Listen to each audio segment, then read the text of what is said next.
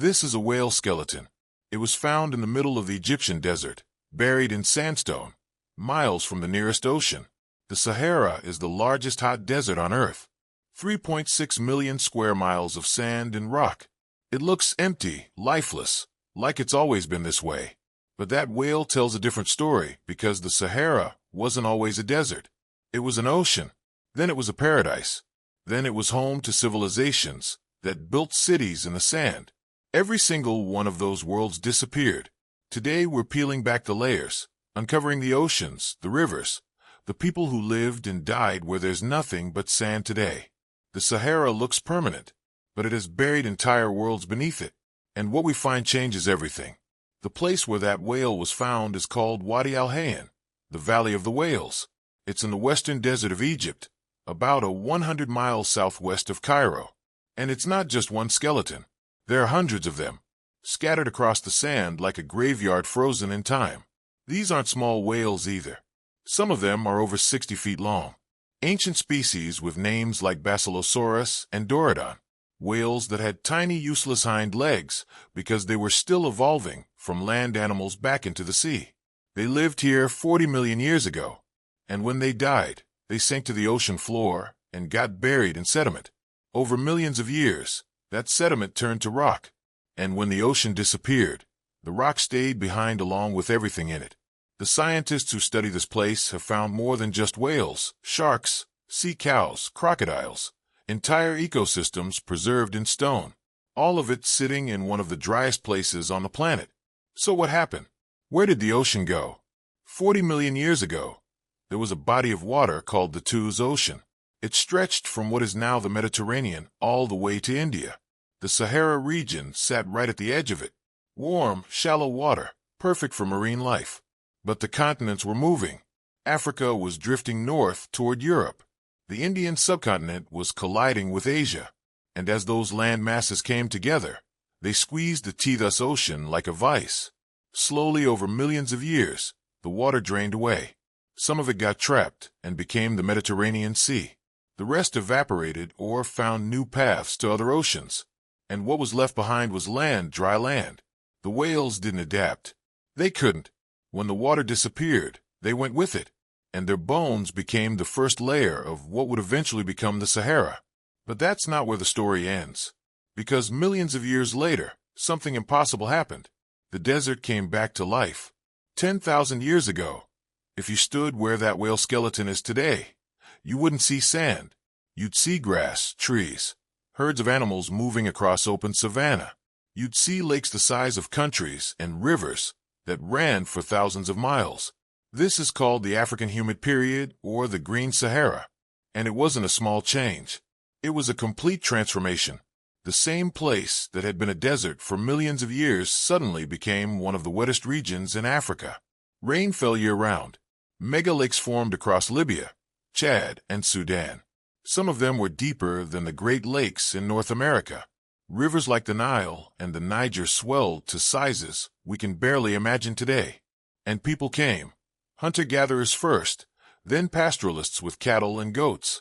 They settled along the shores of the lakes, fished in the rivers, and painted what they saw on the rocks.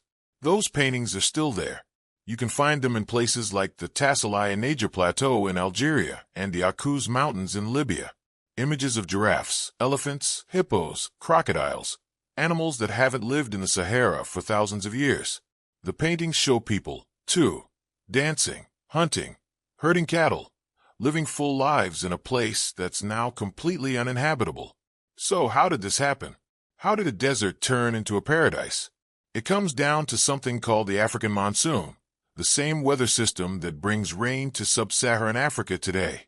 But 10,000 years ago, it was stronger and it reached much farther north. The reason has to do with the tilt of the Earth. Every 20,000 years or so, our planet's axis shifts slightly, and when it does, it changes how much sunlight different parts of the world get during different seasons. Around 11,000 years ago, North Africa was getting more direct sunlight in the summer. That warmed the land. The warm land heated the air above it, and that hot air rose, creating a low-pressure system that sucked in moisture from the Atlantic Ocean. That moisture became rain, lots of it, enough to fill lakes and sustain grasslands and transform the landscape completely. For 5,000 years, it lasted. Entire generations lived and died without ever knowing the Sahara as a desert.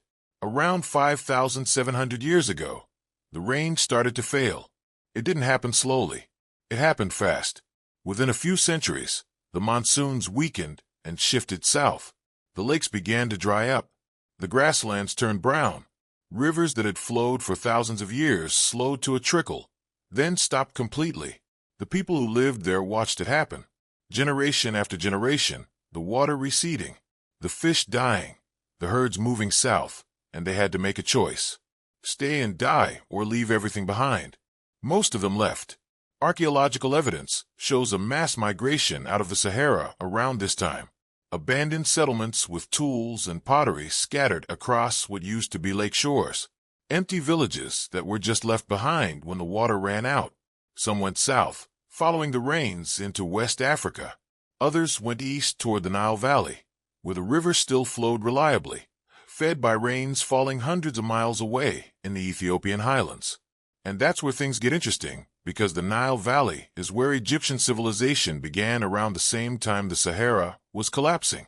Some researchers think the two events are connected, that the collapse of the Green Sahara forced thousands of people to concentrate along the Nile, where water was still reliable, and that concentration created the conditions for civilization to emerge.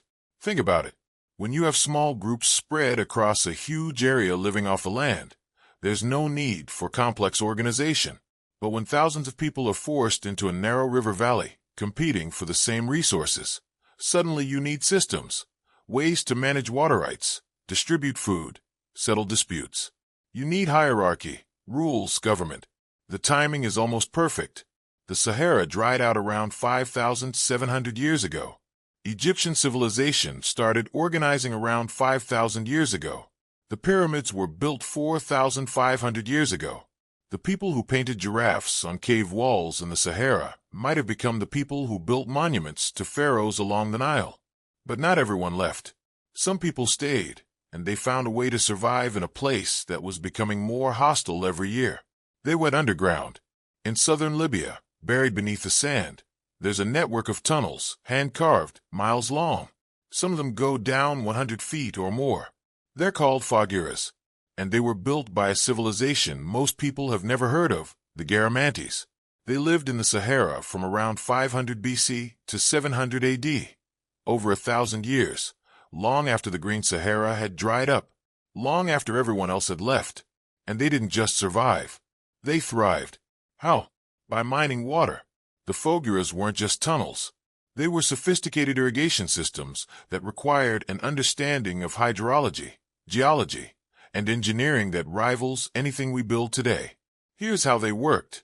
The Garamantes would dig a mother well straight down through sand and rock, sometimes 100 feet or more, until they hit the water table in the heat, hauling up tons of debris using nothing but rope and muscle. Then they'd dig horizontally, following the aquifer, but the tunnel had to slope gently upward toward the surface. Just the right gradient. Too steep and the water flows too fast, eroding the tunnel. Too shallow and it doesn't flow at all. They calculated this by hand.